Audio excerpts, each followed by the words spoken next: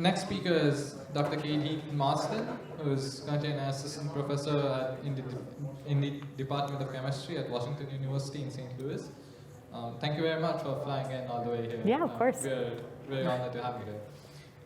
She received her BSc in mathematics and chemistry from McGill before completing her PhD in theoretical chemistry at the University of Chicago, focusing on method development for open quantum systems and correlated electronic structure. She then completed her postdoc at Harvard University, working in quantum information and computing. Her research group focuses on the development and application of theoretical models for accurate treatment of correlated electronic structures interacting with complex environments and physical, molecular, and biological systems. Wow, that was a mouthful. It was, yeah, a little too long. That was very impressive. Cool. So without further ado, the floor is yours. Awesome, thank you. Does my mic work? I can feel like, okay, awesome. So I gave a talk title and then I changed it so I could have some kind of more introductory information. And unfortunately, I have neither space nor lasers. So that's a hard act to follow directly. Well, there are lasers involved, but I'm not allowed to touch them. So I am a theorist, so everything is computational, and we're focusing more on quantum information in terms of, oh my goodness, my screen is everywhere. I can see it there too. This is exciting. We're focusing more on the use of quantum computers and algorithm development than we are on actually designing the systems. So the original title that I gave was Quantum Algorithms for the Time Evolution of Molecular Quantum Systems, or another title that is a little bit more broad and includes more introduction is just Chemistry at the Intersection of Quantum Sciences. So I'm looking at chemical processes that overlap between electronic structure and quantum information. So to get started, here's a pepper that we grew during the pandemic. So we had a lot of time on our hands and couldn't leave the house for many years. And so we got into porch gardening, and we had these chili peppers that we started from seeds and produced these kind of really lovely plants. And it was a good little hobby when we couldn't do anything else, but it's also a really good example of what both plants and bacteria can do with light. So they can take light from the sun, they will transport it to a reaction center where they can convert it into very productive energy forms. So they can then use it for growth, pepper production, seed production, reproduction, whatever it might be. And it's something that they do incredibly efficiently. And something that we as people have not yet figured out how to reproduce that type of efficiency, either in energy production or in energy transport.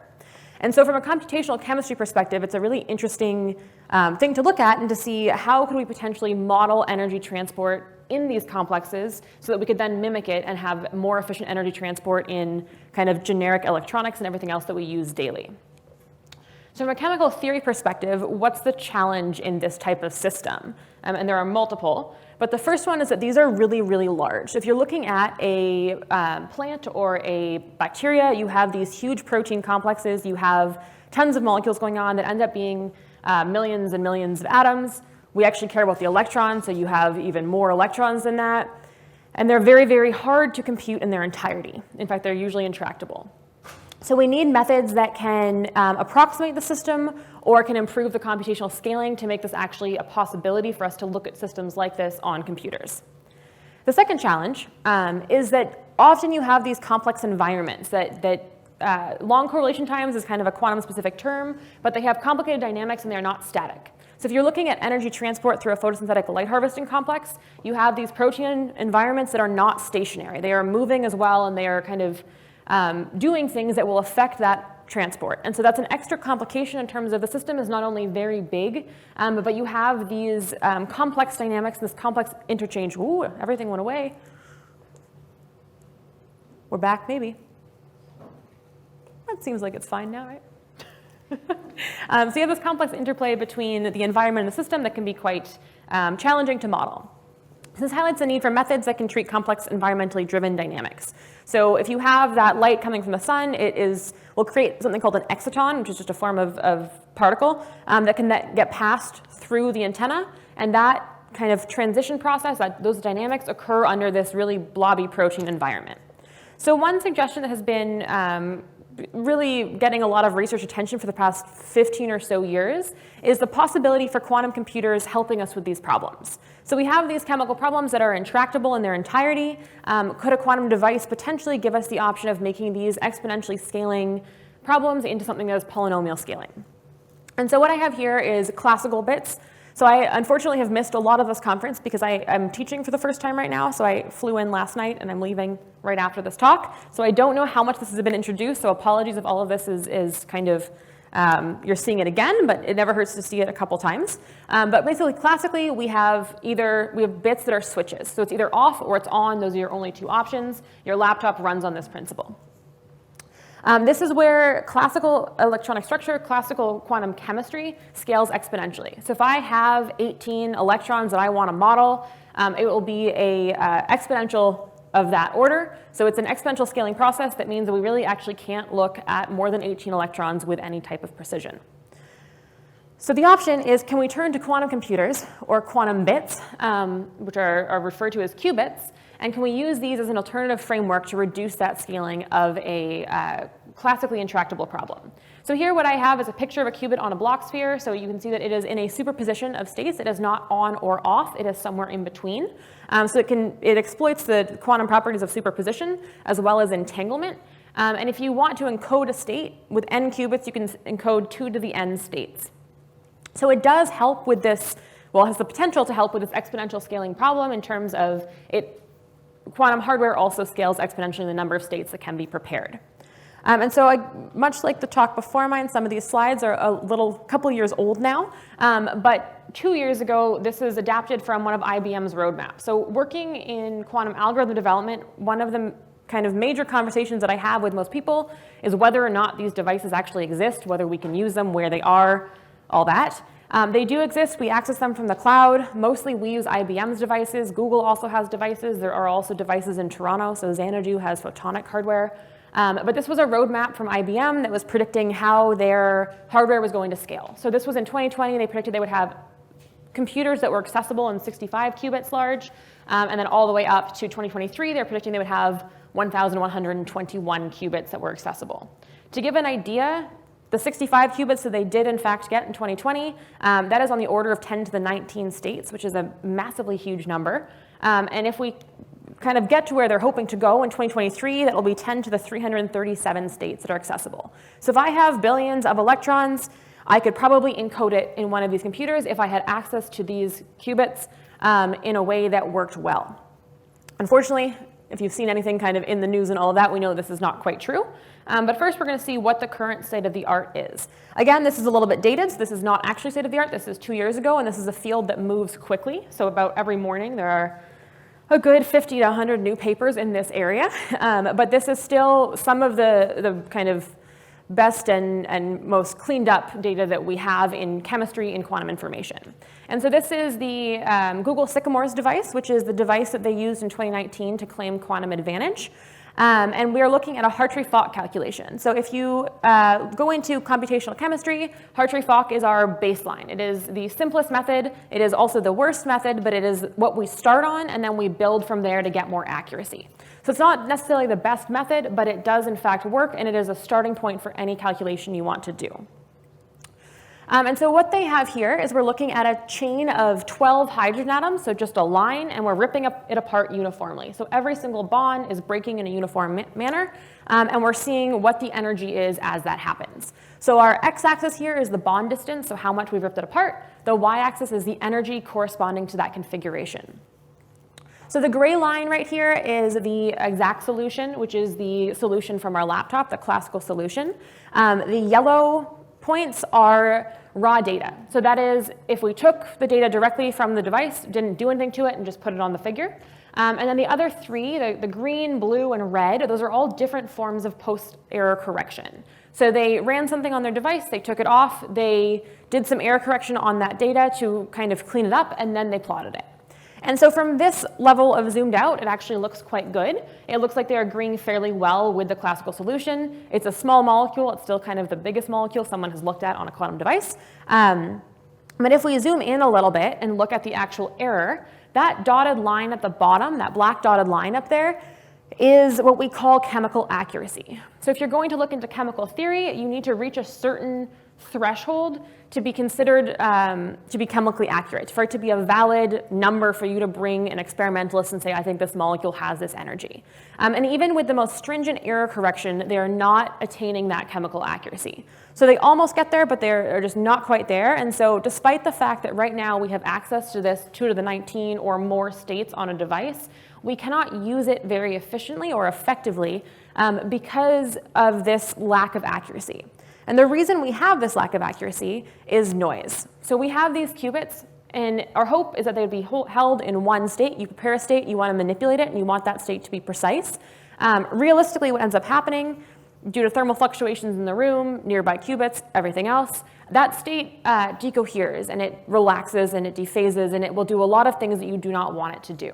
So instead of having precise control over your state kind of wanders a little bit. And the more operations you do on a quantum computer, the more this noise will take over. And so that data that I showed, they had done error correction to make up for this kind of drifting and decoherence and dephasing, but it still plays a very big role and really limits our ability to use these devices. The cool thing for me, and this came up at the end of my PhD, was that this decoherence, we want the state to be in a certain position, the environment is making it not be in that position, is exactly what we look at in a field called open quantum systems. And this is the field that I studied in my PhD. And so this is basically just looking at the dynamics of quantum systems, so any small system that is interacting with a larger environment. It turns out that is pretty much all quantum systems because it's very hard to get things into a perfect vacuum. But basically, we're looking at how does this system evolve in time due to its surroundings. I did do a PhD in a chemistry department, so I wasn't originally thinking about qubits when we were looking in this field. I was originally thinking about things like molecular energy transport. So how do you get an exciton from the end of an antenna to the reaction center efficiently? How do we model that transport? I was also looking at things like molecular relaxation. So if you excite a molecule and you watch it relax just due to the presence of the environment, how does that happen?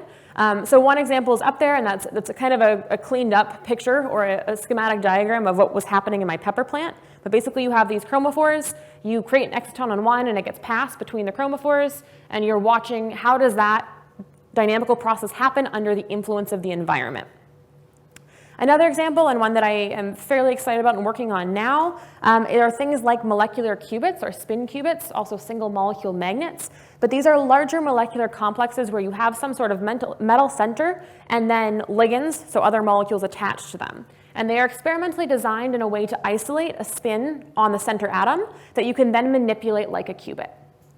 And these are cool because the electronic structure, so where the electrons are distributed, is really quite complicated and hard to model. But on top of that, once you know that static structure, you want to see how does that evolve in time. Due to other qubits nearby, due to thermal fluctuations, everything else, how can you really model that coherence time? Because optimally, we need to kind of prolong that coherence time to actually use these as functional computers in the future. So all of this kind of ends up being a little bit blobby in intersections. It's not these unique fields. It ends up being everything overlaps in kind of weird ways. So I've cleaned that up a little bit here, saying that I did my PhD in open quantum systems. I then did a postdoc in quantum computation and was looking at kind of this intersection. So it goes both ways in terms of, I'm about to talk about algorithms for quantum open quantum systems on quantum computers, but you can go the reverse direction and use open system models to model the decoherence of qubits. It also comes in with this kind of molecular side, with the electronic structure side. So a lot of the work, Google's work, a lot of work being done at U of T right now, looks at electronic structure on quantum computers.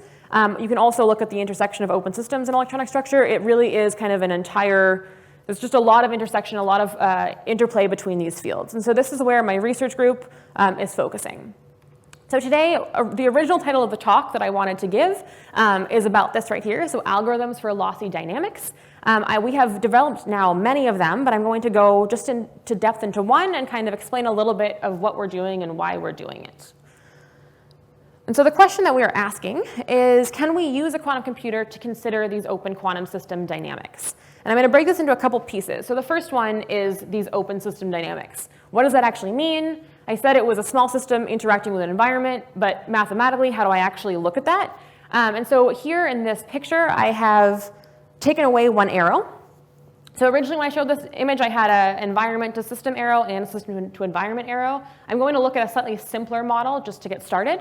And so basically, this is you're looking at the time dynamics of the system. You have some small system is going to evolve in the presence of an environment, and you want to see what does that evolution look like. So here what I have is something called the Lindblad equation, which is just a very kind of textbook common method of modeling this type of system. So on the left, you have the derivative of the density matrix in terms of time. If you are familiar with quantum mechanics at all, it's just an alternative way of looking at the wave function. So it's just the state of the system and how it evolves in time. The first term right here is the Liouville component. So it's minus the imaginary number times the commutator of the system Hamiltonian times the density matrix. So it's h rho minus rho h. That is a closed evolution. That is a unitary evolution. That is just if you leave a system by itself in isolation, that is how it will move just by itself. So if you're familiar with something like Rabi oscillations, it will just oscillate back and forth. In some terminology, people will call this a reversible process. So you can always kind of go forward or backwards. This term right here is what makes it interesting from my perspective, at least, is the Lindbladian term, so the dissipative term. And this will account for this lossiness. So you have a system. This summation term will account for kind of the loss that you are seeing.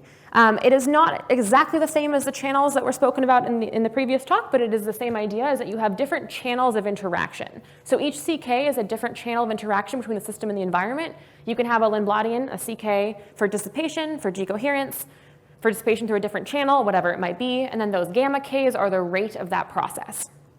And so this equation is a fairly simple equation in kind of the grand scheme of things that gives us the time dynamics of some small system, and it is derived under the Born-Markov approximation. That is some jargon that all that means is we are only looking at loss. So we're looking at what happens to a system that is interacting with its environment and it's losing energy or information.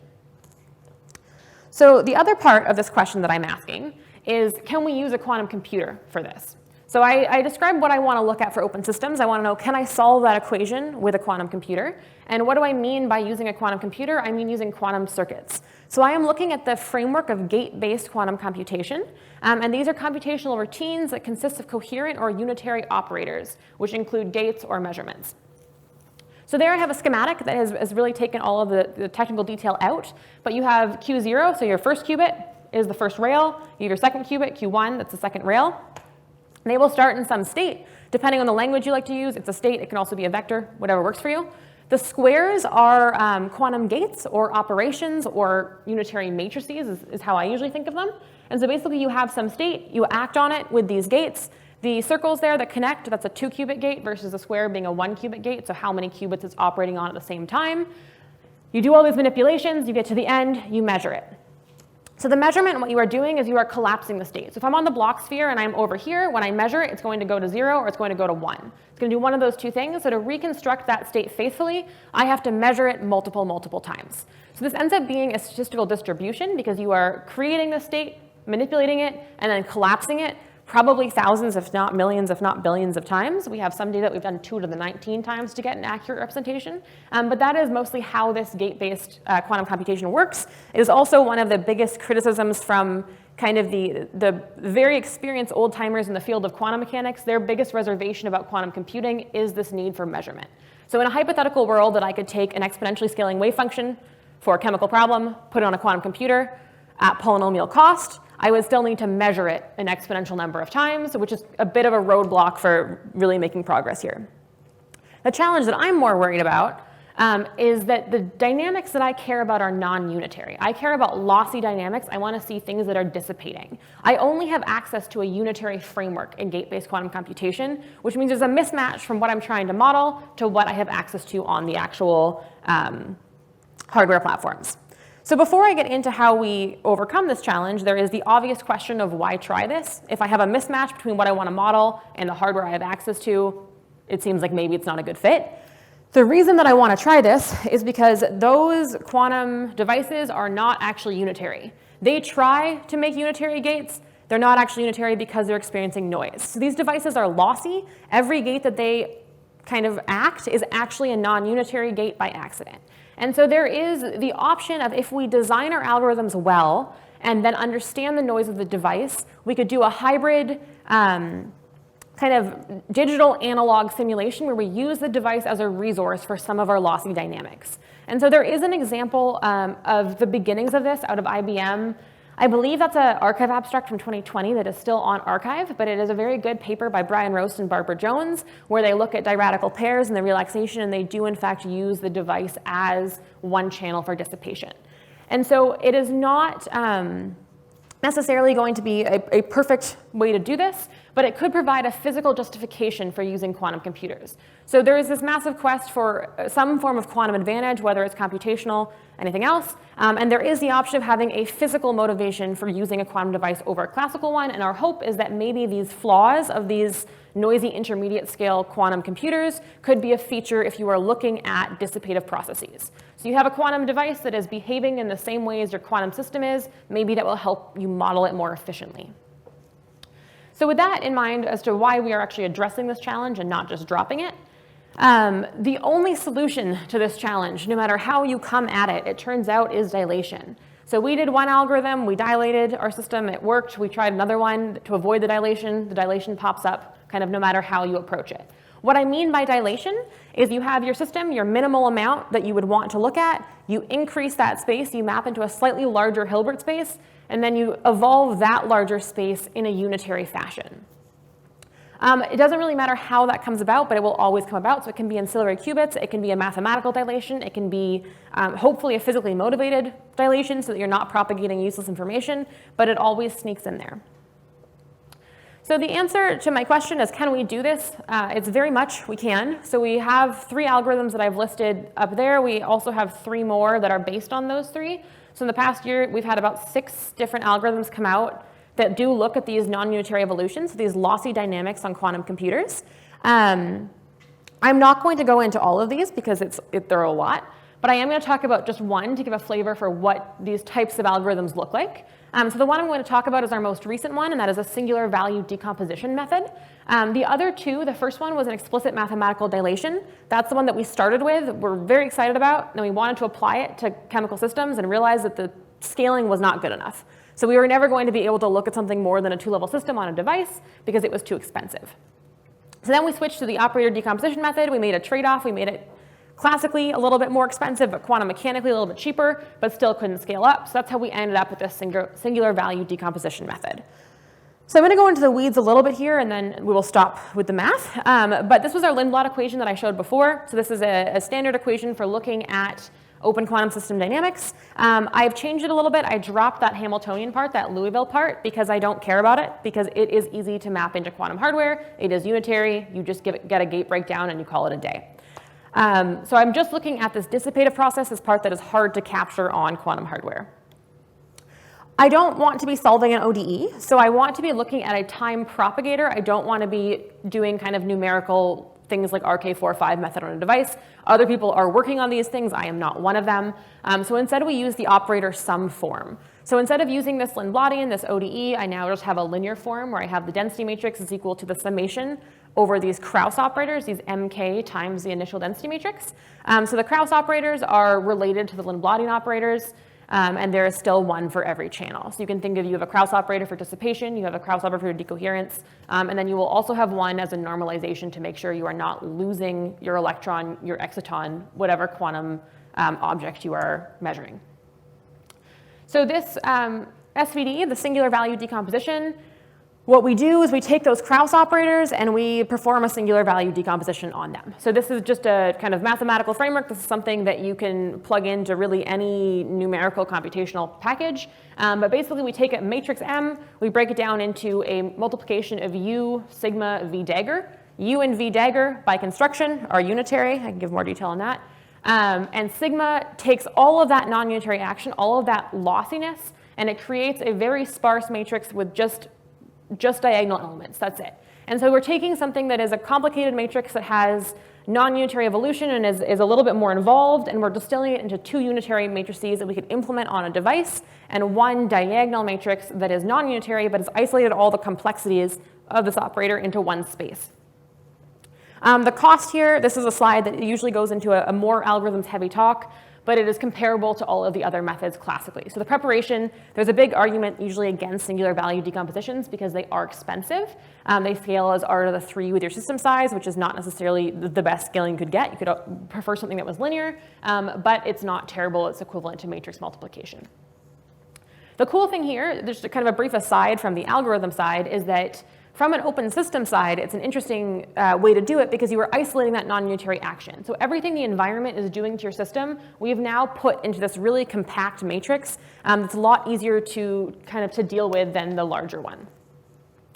So with that, what we do is we take the U and V are easy to implement. We can just kind of plug them in and go with a quantum device.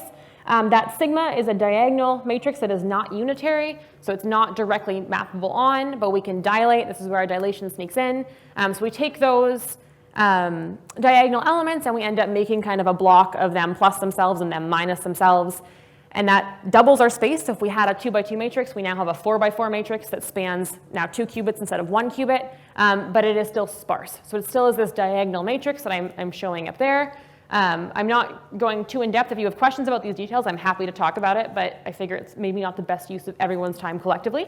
And then I can make this into a gate, so into a circuit diagram. So what you can see on the first qubit there, the psi qubit, that's the state that I care about, and I have that V dagger, then that dilated sigma, and then that U. So that is the not ancilla qubit, the qubit that actually matters. That's where the actual action is happening. And then I have an ancillary qubit, that 0 state that has a Hadamard gate, and then that dilated unitary, and then a Hadamard gate. And so basically, if I measure these, the top rail, that will give me the results that I want. That will give me the propagated dynamics. The bottom rail is a way of testing if it worked or not. So if that stays in state 0, we're fine, and it worked, it did what it's supposed to do. If it ends up in state 1, then our algorithm has failed, and we kind of have to rerun it. So like that picture I showed of the schematic, we do have to measure this multiple times to recreate our state. But I want to show how this actually works on kind of the simplest of systems. And so that is a 2-level system in a 0 temperature amplitude damping channel. So we're going to see it's 2 levels. You put an electron in the excited state, and you just watch it decay. That's all that happens. The Krauss operators that allow us to do that are shown here. So M1 is the Krauss operator that actually matters. That's the one that takes population from up here and moves it down here. M0 is just there to make sure that everything is normalized and we don't lose anything. And then we use some initial state that we choose, and we can decompose it into vectors. The data here just looks like this. So we have the excited state that starts at 0.75% occupation. We are watching it decay into, essentially, it will go to 0 eventually because it is at 0 temperature. Then we're looking at the ground state that is taking that population and filling up. So it starts at 0.25 and shoots right on up. I think if I hit something the wrong way, it makes everything go funky. We'll see if it comes back. Cool. OK, didn't like my data, apparently. So the lines there are the classical solution, and the dots are results from IBM's Lagos machine. So it's a real quantum computer that they keep in a very cold basement, probably in Yorktown Heights in kind of upstate New York. But it works really well. So we use error mitigation, but it agrees quite well with the classical data. It drifts a little bit, but it's not a bad method. The problem here, and so what I have put in this area, is that we have no advantage so far. So that method that I showed scales exactly the same as the classical method. So I could have just solved Lindblad's equation on my computer, my laptop, gotten the same data with less noise for the same cost. We're still working towards it because there is the potential for a physical advantage, and we need to perfect the algorithms in terms of simulation before we get to that stage. But it is not yet providing us with an actual advantage. So now I'm just going to kind of recap what we've done so far. We've looked at Markovian, which is what I just showed you. We've looked at this with, again, many different algorithms. We've also looked at non-Markovian dynamics. I think that one might just be gone, which is when we have a backflow of energy or information. So when you are not just looking at lossy dynamics, when you're looking at that recovery as well. And then a couple things that we are actively working on still. So we're doing a lot of non-Markovian algorithm development. There's also some really interesting work on this area at U of T and Devira Segal's group in the chemistry department. We're also looking at applications to real physical systems and molecular systems. Maybe it's coming back, maybe not. As well as efficient tomography. So how do you actually get the information off the quantum computer onto a classical computer in the most efficient way, as well as electronic structure applications. And with that, kind of before I wrap up, I just started at WashU about 4 months ago. I had someone else start with me, so whenever I'm advertising kind of anything, I have to advertise Rob too. He's fantastic. He does not work in quantum information. He works in clean energy solutions, but he's also a computational theoretical chemist. If you want to check out his work, you can scan that QR code or look at the Wexler group. There's also, we're having an open house, a graduate student open house at WashU on October 26th. That is a virtual Zoom link. So if you're thinking about graduate school in chemistry or in a computational science or really in any capacity, it's free to sign up. It's an hour long. It's just asking grad students. In the US, so I am originally Canadian, in the US you don't do a master's first, so you go directly into a PhD program and you get a master's along the way. But you will also hear about that if you come to an open house. I believe you have to sign up first, but that QR code should work. And with that, I want to thank everyone that's kind of worked on this with me. So Dr. Anthony Schlingen was a coworker when I was a PhD student and is now my staff scientist at WashU. David Mazziotti, who's my my PhD advisor, and then Praneha Narang, who's my postdoc advisor, and Leanne, who is a coming out of her grad student work at U Chicago and has helped a lot with the algorithms work. This was all funded by NSF, and I am probably going to be running away again after this to catch a flight, but my email is there. If you have questions or want to chat, please email me. Also, if you scan that QR code, that is my group website if you want to hear more about our work or see more publications or anything else, and thank you all for your time. Yeah, of course.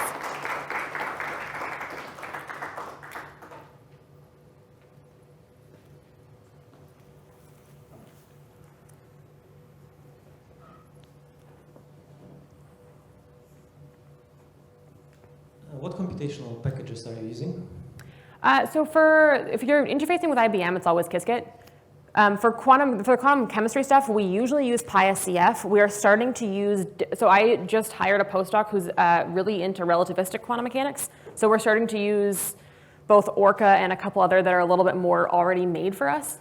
And then a lot of the stuff for the open systems we write ourselves in Python or in C. Thanks.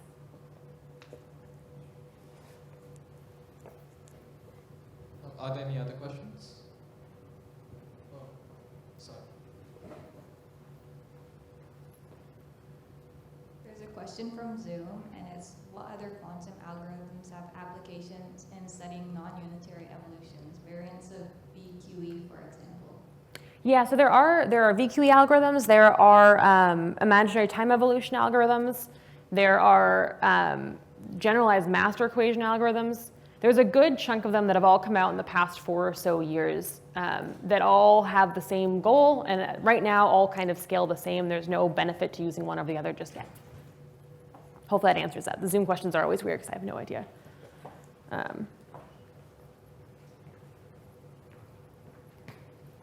Sorry, may I ask a question? Yeah, sure.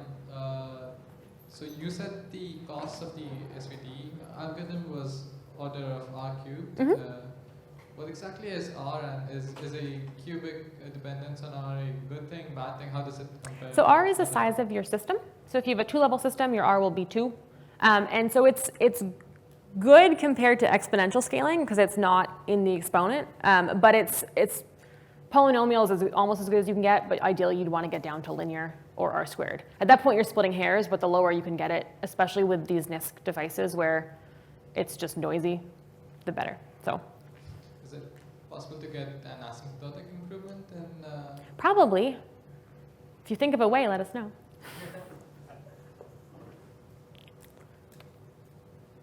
I'm going to unplug myself, but I'm happy to answer any other questions still if there are more. Okay, so thank you again, Dr. Kade Head-Marsden. You can have a round of applause.